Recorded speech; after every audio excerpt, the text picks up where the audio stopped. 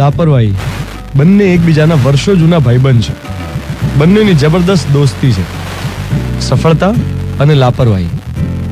તમે જો સક્સેસ મળે એટલે માણસ લાપરવાહ થઈ જ જાય. સફળ થયા એટલે કંઈક તો એવું થાય જ જેને કારણે ધ્યાન જતું રહે સફળતાના રસ્તામાંથી. આ સફળતાનો રસ્તો જે છે એ ખુલ્લા હાઈવે જેવો હોય છે. એકવાર સ્પીડ પકડી એટલે નશો ચડે સ્પીડનો.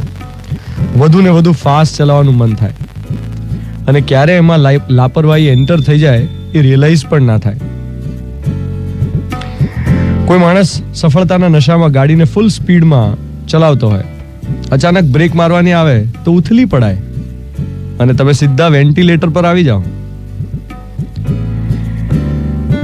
સફળ થયા પછી જે સાવધાન થઈ શકે ને એ જ સક્સેસનો ખરો સ્વાદ ચાખી શકે.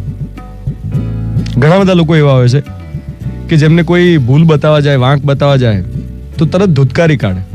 પોતાનો કોઈ વાંક હોઈ જ ન શકે એવી વિચારધારાવાળા લોકો એ બહુ લાંબુ નથી ટકતા. આગિયાની જેમ ટમટમે ને પછી બુઝાઈ જાય.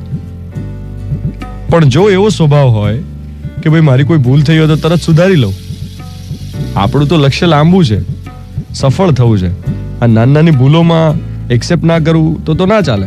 મારી કોઈ નાની ભૂલો તો તરત સુધારી લઉં ને આગળ વધું. આવું માનનારા લોકો સ્વયં પ્રકાશિત હોય અને એમની સફળતા લાંબી ટકે. ટૂંકમાં આજનો મોર્નિંગ મંત્ર: સફળતાથી બહેકી ન જવું, છકી ન જવું અને નિષ્ફળતાથી ડરી ન જવું.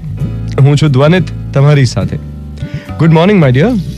સાંભળો આખા અઠવાડિયામાં થયેલી ધ્વનિતની વાતો ઓનલી ઓન મિર્ચી 98.3.